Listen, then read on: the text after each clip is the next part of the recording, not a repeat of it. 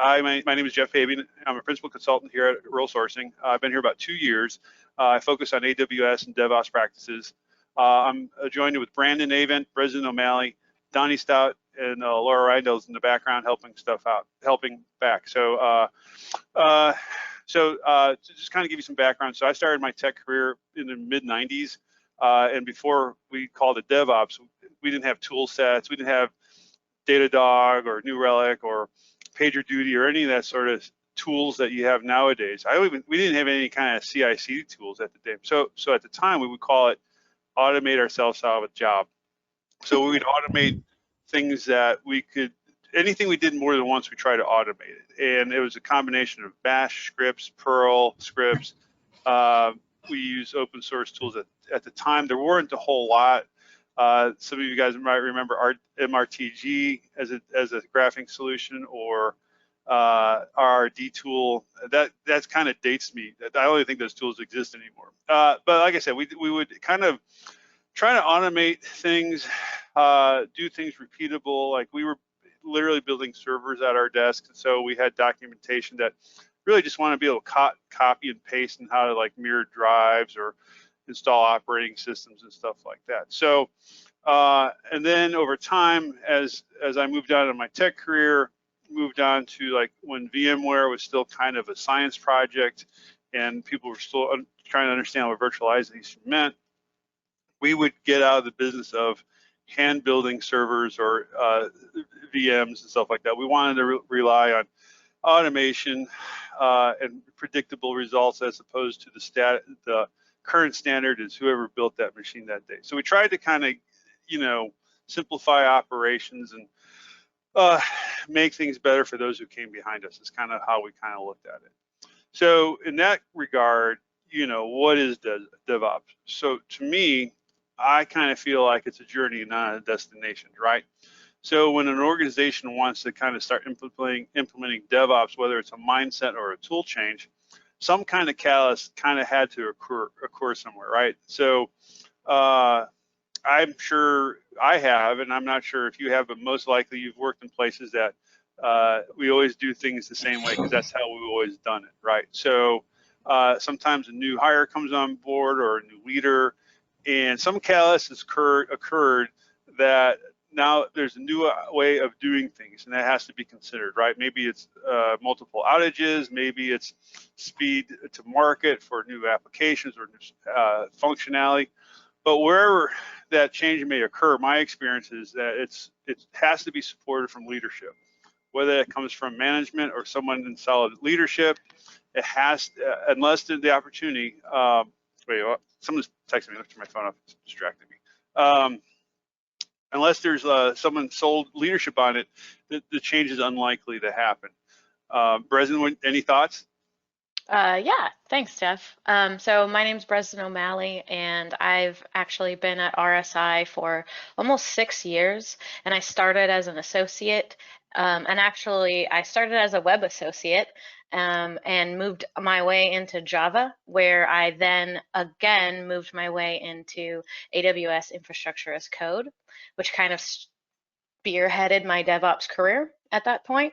And so my specialty is infrastructure as code, not necessarily all of the encompassing parts of DevOps.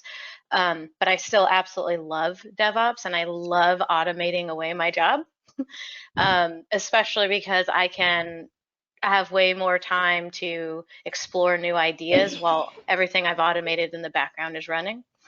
And I love the idea that DevOps is a journey, not a destination. So I mean, essentially, it's kind of, DevOps is more of a road. So you're traveling on the road and you need a roadmap in order to help your company's goals to essentially have scalable and sustainable and a continuous deployment process. And that's a moving target, right? So in order to hit all of those points, you're going to have to constantly be iterating, constantly be thinking about the next step. Now that I've automated this portion, what's the next portion I can automate? And that's why, it's not like I just produce a product and put it out there and it's over and I don't have to think about it anymore. I'm constantly thinking what's best for the company. How do I not stop deployment, but also help the operations of the company, which is why it's that DevOps role, right? And I think that it's interesting in our consulting world at RSI, we get an opportunity to try different types of DevOps practices. And so I think I've been on like 6 different DevOps projects at this point. Every single one has used different tools, different methodologies. And so you just have to learn to quickly adapt, which is why you're never going to get to the end and say, I've completely automated everything, I'm on to the next job. And that's what I have to say on journey versus destination. Yep, that's a good point. So, we see CI/CD used quite a bit in terminology, but there's also the concept of continuous improvement too, and that never goes away. How can you do things better? Brandon, any thoughts? Sure. So kind of continuing with the theme of DevOps being a journey and not a destination, I want to provide a perspective of a customer that they've traditionally built software for themselves, but now they are trying to reimagine their entire platform. So imagine they have legacy software, which goes into somewhat of a maintenance sort of role. They're performing enhancements, they're doing bug fixes, things like that, but they've identified that it's time to modernize their entire presence as far as software development is concerned. And so as part of that endeavor, they have identified the new suite of applications that they need to develop, things like that. In that scenario, this is more of a vacuum where you have that perfect opportunity to start from scratch, right? The scenario I'm talking about, we're building greenfield applications, things like that. In that scenario, you can introduce DevOps to your organization and kind of reimagine the entire software development lifecycle, right? You don't have to go in and take existing processes and kind of change them per se. You can define what your new processes are and use what DevOps teaches us about the SDLC to design a new way. The current customer I'm working with, that's kind of been our experience, where we started from scratch. We went from having a legacy set of monolithic applications to, we're going to write these new applications to replace them, but we're not going to use any of the code, any of the infrastructure from those old, we'll call it the old house, and the new house we are going to build from scratch. And so we were able to sit down and have conversations like this about, well, what is DevOps? What does it mean for us? And in that conversation, we can look at how things worked in the old way, what problems we had. Oh, we were trying to do role-based authentication this way. What kind of ways can we do to improve? What kind of things can we introduce to improve that? So we could ask all those questions and have our hindsight of, oh, these are problems we had. Here are the things that we want to do to improve that. And since we're starting from scratch, we can use some of the latest and greatest tools in the DevOps world to do that. So that I'm kind of providing the perspective of working in a more ideal approach of introducing DevOps, but as we know, it's not always that simple, right? Sometimes you do have to take an existing set of processes and modify them. So it kind of gives us the idea that DevOps can mean different things for different people, as you guys already said. Cool. Thanks, Brandon. So when I started at RSI, my first project was on a client that was super complex and busy, and I was on the project with the president, and then Donnie Stott joined the project. So the three of us kind of were in the trenches together. So Donnie, I'm curious to hear your thoughts about this as well. Yeah, so hi, I'm Donnie. I've been with Rural Sourcing for 4 years, and I'm a senior. And so I started out in Java, and I have a background in IT. So I started out after Java looking into kind of AWS and things of that sort. And that naturally kind of led to getting into DevOps. And so essentially, as you know, Jeff was saying, we've all been on a team together. We've all seen certain things. And so I think when talking about, it's a journey, not a destination. Obviously there's a destination that you want to get to, but it's an ever-evolving process. We don't live in a stagnant field. Things change, things continue. And so kind of, what DevOps, the way I view DevOps is it's kind of a utilization of taking guidelines and principles and fusing it with technology. And so and you run into issues with the life cycle of a project or a team that you're working on, things of that sort, and it kind of use it as a way to kind of iron out some of those bumps while complementing the process for something that works for your project or your team. And so like things that I've seen is like you can come into a situation where there's nothing or where there's things already implemented. And so you kind of have to take the approach of, if you're starting from nothing, what best fits that team versus if you're coming into a situation that already has a lot of those things. Are those things the best for what you have, or are there things that could be better? Is there improvements that could be made? Can a pivot happen? And so, like for instance, in some of the projects that I've seen, I'll just use one instance of going into where they were having developers deploy directly to production. And so one of the steps is using principles and guidelines and just saying, hey, we can't have that. We need to have certain guidelines for who can deploy and where and how. Also things like implementing automated pipelines, CI/CD, things of that sort. And it's kind of a gradual process of implementing certain things, and you kind of got to take it at where you're at and kind of go from there. And it's kind of hard to reach a destination because, like I said, it's ever evolving. Cool. Well, thanks. So one of the things, like I kind of dated myself by saying I was doing this in the 90s, and I've been an engineer, I've been in leadership, and then in the last couple of years of my career, I've been on the consulting side, which puts me in front of a lot of clients. I see a lot of things. I see a lot of how different companies attack different problems. And so what I want to say in that culture is a very important element that impacts the DevOps adoption solution, whatever you want to call it. So I'm curious to hear you guys' thoughts. Donnie, keep going. Keep that run going. So for sure. So essentially, like I said, one of the things was, so one of the clients that I worked with, one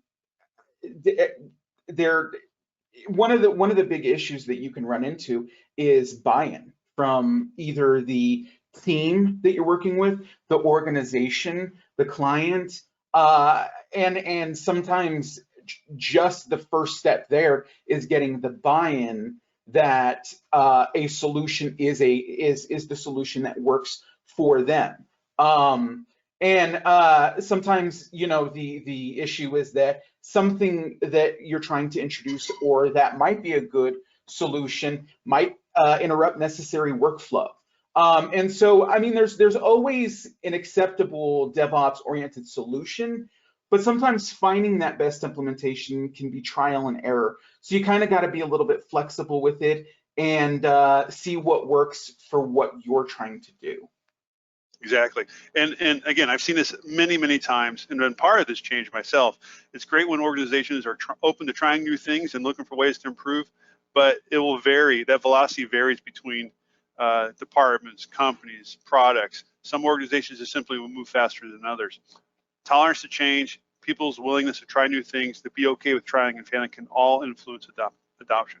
My experience, and it's not just in DevOps, but even when you're working with the cloud, technology is not the hardest part. It's people, culture, and that's the part that's most challenging. Brandon, I know you got some thoughts on this one. Sure. So first I want to apologize. I did not introduce myself. I am Brandon Avent. I am one of the principal consultants with Role Sourcing. I have been with the company for just over 12 years. One of the roles that I have here at Role Sourcing is to provide DevOps subject matter expertise to our customers. So on the topic of culture, when it comes to DevOps, one of the things that I've found that's most difficult with anything related to software development, DevOps included, is educating everyone. I think it's important from the start to educate everyone about what DevOps is, as well as what DevOps is not.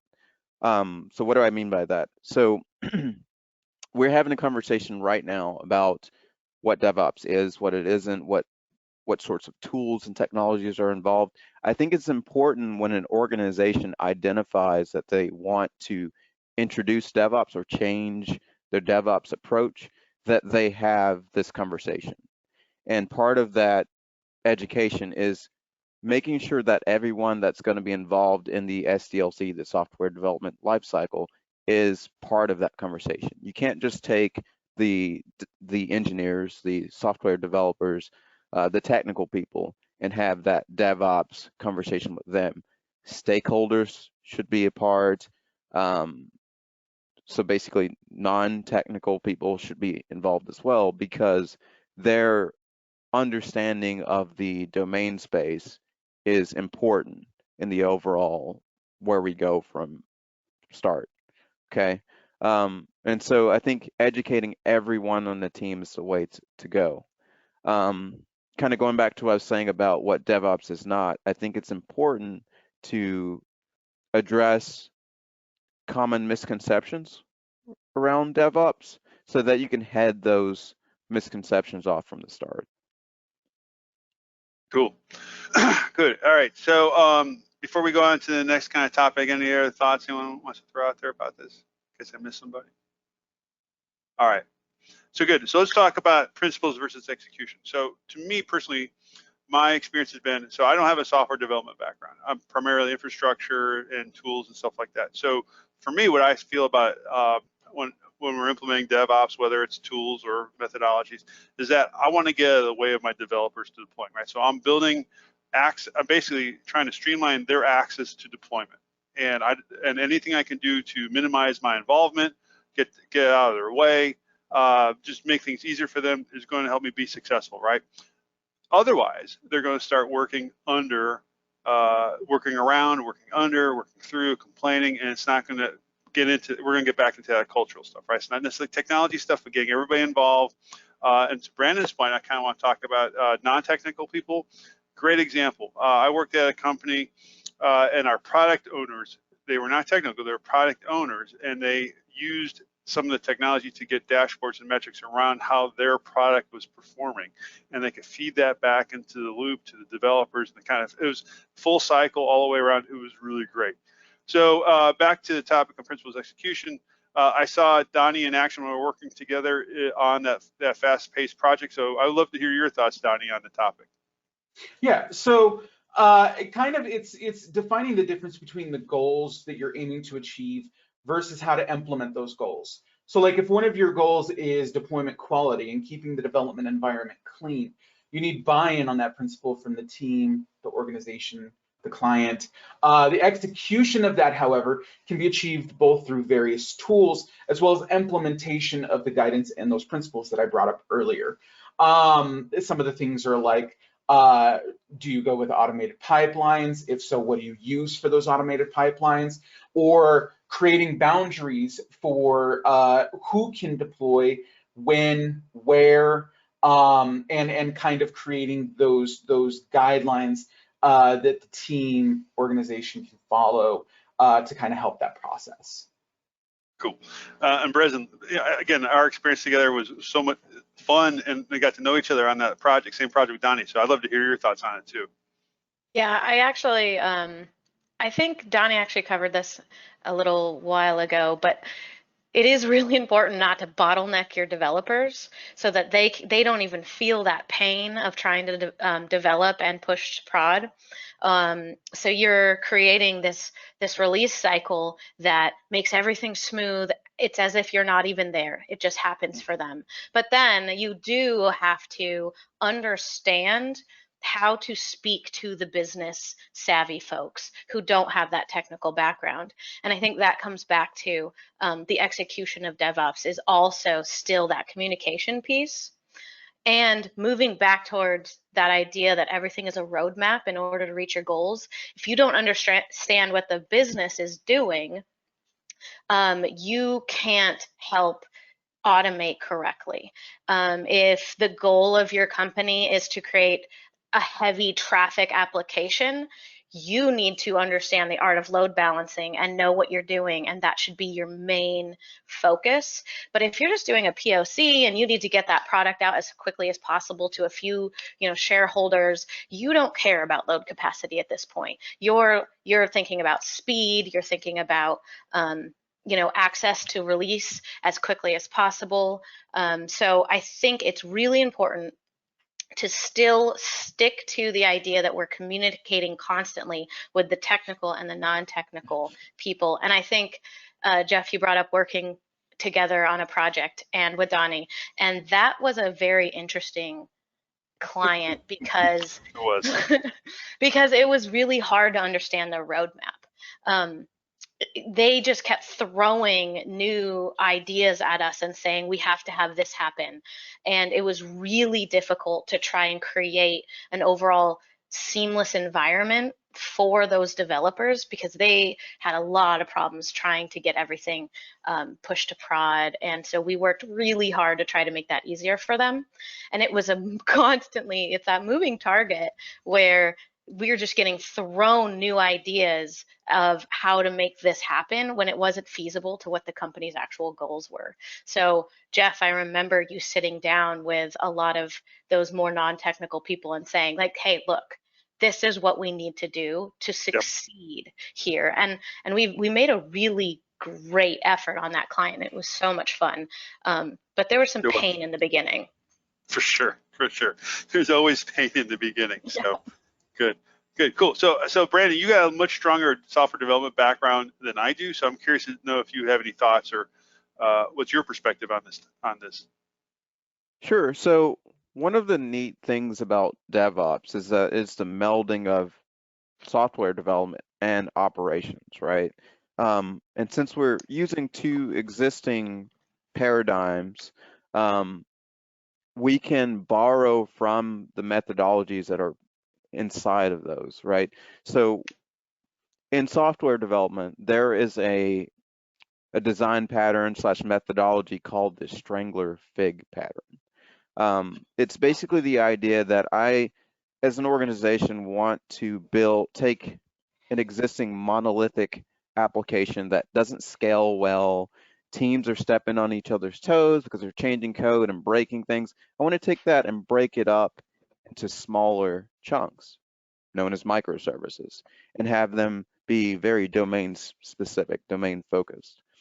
And in this Strangler Fig pattern, what you do instead of flipping a switch and changing everything overnight or rewriting everything overnight, you rewrite small components of the monolith into microservices and replace, like basically point the existing application to that new component. And then you rinse and repeat, and until eventually you no longer have the monolith, you have your new way of doing things. We can take the same exact kind of strategy and use that in DevOps to mitigate some of the things that you, Breslin, Donnie, and Jeff talked about with it being difficult. You don't want to bottleneck your development team, but at the same time, you want to keep with the goals of these stakeholders. So you can kind of introduce DevOps components over time. You can identify the sorts of agile specific changes you might need to make. You can identify the tools and technologies you want to use, all those sorts of things as part of an overall roadmap, but kind of introduce them one bit at a time so that eventually you do same as the strangler fig pattern and you've completely replaced the existing process with a new one. So I said all that to say this, you essentially, we can borrow from the existing SDLC and ops related principles and practices and apply them in DevOps. Cool, thanks. All right, so we got time check. I'm gonna move a little bit faster because we got some, we wanna have time for questions and stuff like that too. So one of the topics we wanna cover was skills required to work in DevOps, right? So my career started 25 years ago. I didn't plan on doing this, it just kind of happened. So my experience says that the most successful transformations happen when organizations are supporting their employees with a great growth mindset. And that's not something I always knew or understood, but I just really get it now, right? So, you know, I thrive in an environment where people are allowed to try new things, have time to upskill, try to solve new problems, whether it's reading books, blogs, going to webinars, ebooks. If leadership can't get behind it, then what's the incentive for people to learn new things, right? I've worked at, like, again, I've worked at companies where they said, this is the way we've always done it. Why would we do otherwise, right?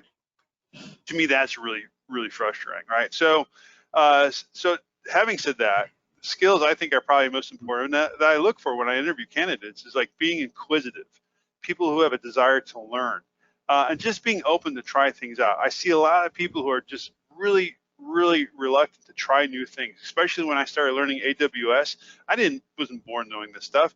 I tried things out, it didn't work, I tore it down, I tried it again, I did this, and it was constant iteration on building my skill set and having experience. And DevOps is the same way. That sort of mindset will serve you very well, right? My experience is mostly in infrastructure, so I understand how things fit together from a networking, systems, and services perspective, right? NACLs, ACLs, access, all that kind of stuff. But I can't tell you how many times where things did not work right the first time. I can pretty much say nothing's ever worked 100% the first time I've implemented it. And if it does, I'm super surprised, right?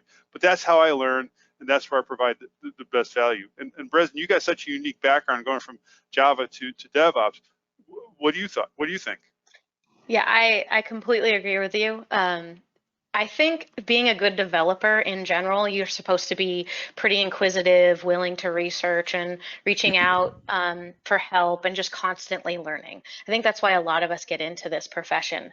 But the difference with a DevOps role, I think, is that developers have a very micro view on what they're working on and what they're doing, and that's kind of how their brain works. But the DevOps has such a larger macro level view of that infrastructure, and they have to have that ability to look at both ways.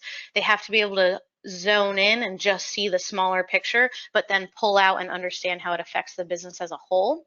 And so that, I think, is a specialized skill to somebody who can go into DevOps, is to just kind of get away from that micro view. And so, yeah, my journey into DevOps was from a developer's point of view. I learned to build infrastructure and, you know, using tools like Terraform and a lot of AWS work. But the problem is I don't have a networking background like you do, so I actually struggled with the networking side. But being on a team with you, Jeff, and Donnie, is as long as I was asking you questions, I was researching, I was being really inquisitive, we were able to accomplish our goals. And I learned so much on that project, which kind of just took me to the next level where I started to understand a little bit more on that networking side. So then the next client, all we did was networking work. And so thank God I had learned it on the, you know, the client before. But basically, in a nutshell, exactly parroting what you just said, Jeff. Don't be afraid to fail, right? That's the biggest takeaway, right? It took me, I learned that too late in my career. I wish I knew that a little bit earlier. So Brandon, you have such a unique background as well. What are your thoughts on the topic? Sure. So to be honest, a lot of what I found is that there's a misconception as far as DevOps is concerned of, oh, I'm just going to learn a bunch of tools. I'm going to learn Ansible and Puppet and Chef and Kubernetes and uh, Dapper and things like that. I'm going to learn all these tools and use them. And that's all I'm concerned with. I'm going to be a master of tools. It's not that simple, right? One of the most important things in DevOps and being a DevOps engineer isn't technical at all. It's being able to communicate well. It's being able to be part of a meeting and have a conversation with non-technical people to explain technical things. So there's a lot of soft skills involved, basically, and communication skills. You need to be able to talk to a technical team, talk about the technical side of things, and then translate those things over to the non-technical team and kind of be the proxy between the two teams. So I think communication is really, really important, basically. But on top of that, you need the technical skills, like you all are saying. You need the networking. You need to understand operating systems well.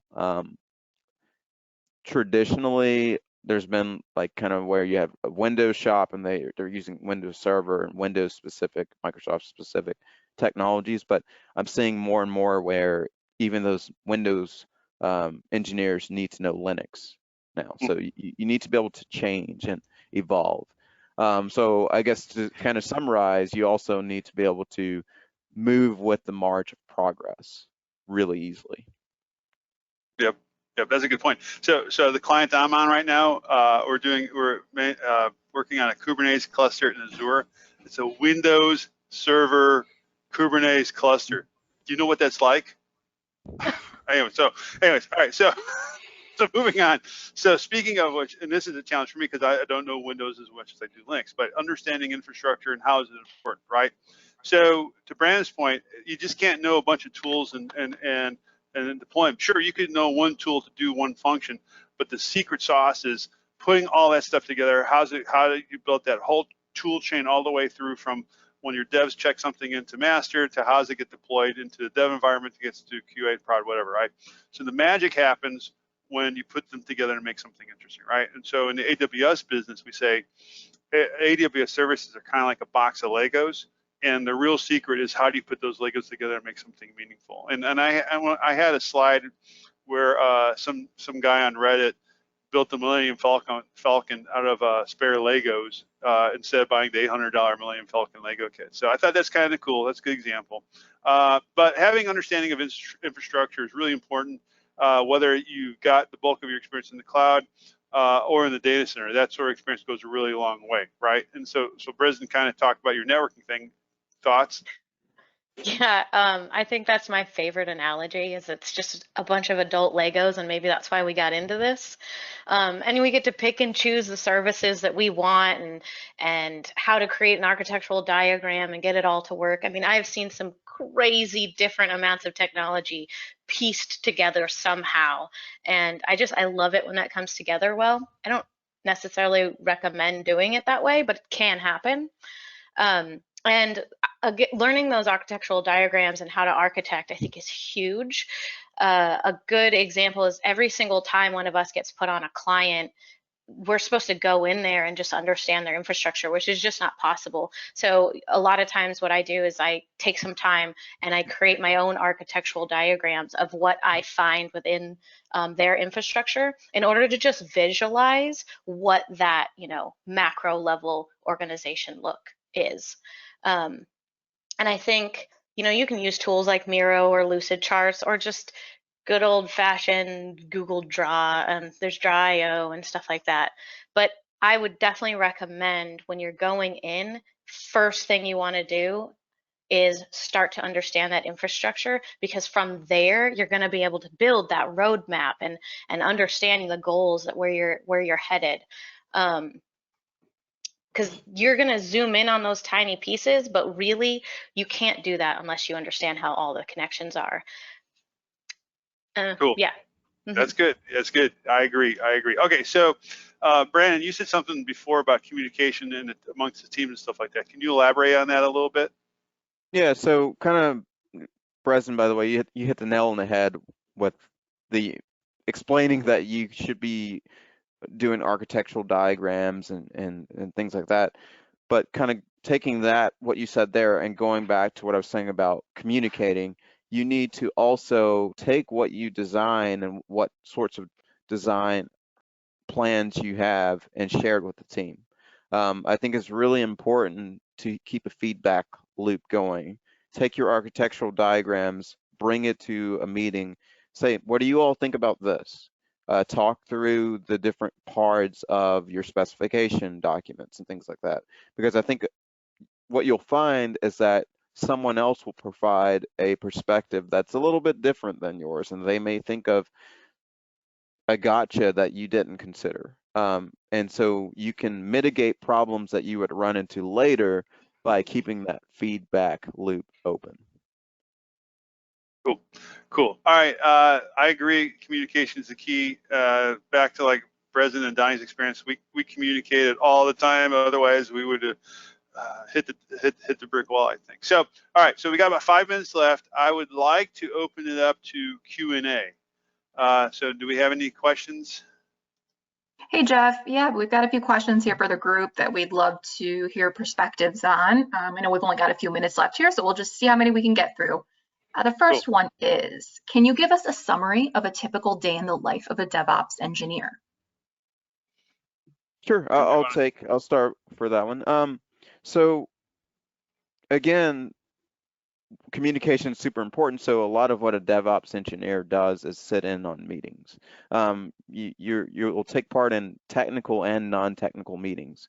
You may meet with the stakeholders and just to ascertain what it is they need as far as the amount of users that will be using their application. So the product owners can provide you a lot of that feedback. They can probably sometimes give you actual numbers so that you can in turn go back and say, oh, okay, so auto scaling needs to be a thing, and this is the sort of thing we need here. Here are the performance optimizations that we can make. So a lot of meetings like that, but then there's also meetings sitting in on different teams, stand-up meetings to make sure that they have from you what they need. They can provide you feedback of, oh, the pipeline's failing. Can you fix it? And so you can go in and make changes. And then, of course, there's your day-to-day sitting and writing YAML and Kubernetes manifests and Terraform scripts and Helm charts and things like that. So you have that as well. But to facilitate that, you do have to sit in on those meetings, again, sharing your diagrams with the different teams and things like that. That's a good chunk of what we do, but of course there's more, but that's a high level. Yeah, I'd like to jump off of that, Brandon, and just say that in the beginning, that's what it's like, right? It's that constant communication. It's those sitting in meetings. But once you automate everything and everything is working smoothly and it's just moving along, you're just monitoring, right? So you're just like, hey, oh my God, the pipeline hasn't broken today. This is a great day. I'm going to work over here on this little personal project that I think will make the company better. So there's a lot of change based on the life cycle going on for the day-to-day. So just real quick, I want to add, you mentioned sitting back and monitoring. So I just want to say, make sure from the start you put in the proper monitoring and analysis tools so that you can sit back and watch. Anyway, sorry to cut you off, Donnie. Yeah, that's true.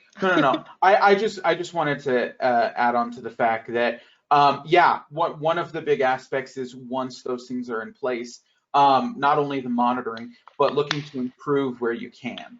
Looking to improve either the systems that you have or a way that you can pivot that might try to do what you're doing better. Cool. Sure. Next question. Yes, I think we've got time for one more question here. It says, early in the conversation, you mentioned some common misconceptions. Can you give some examples of what those might be?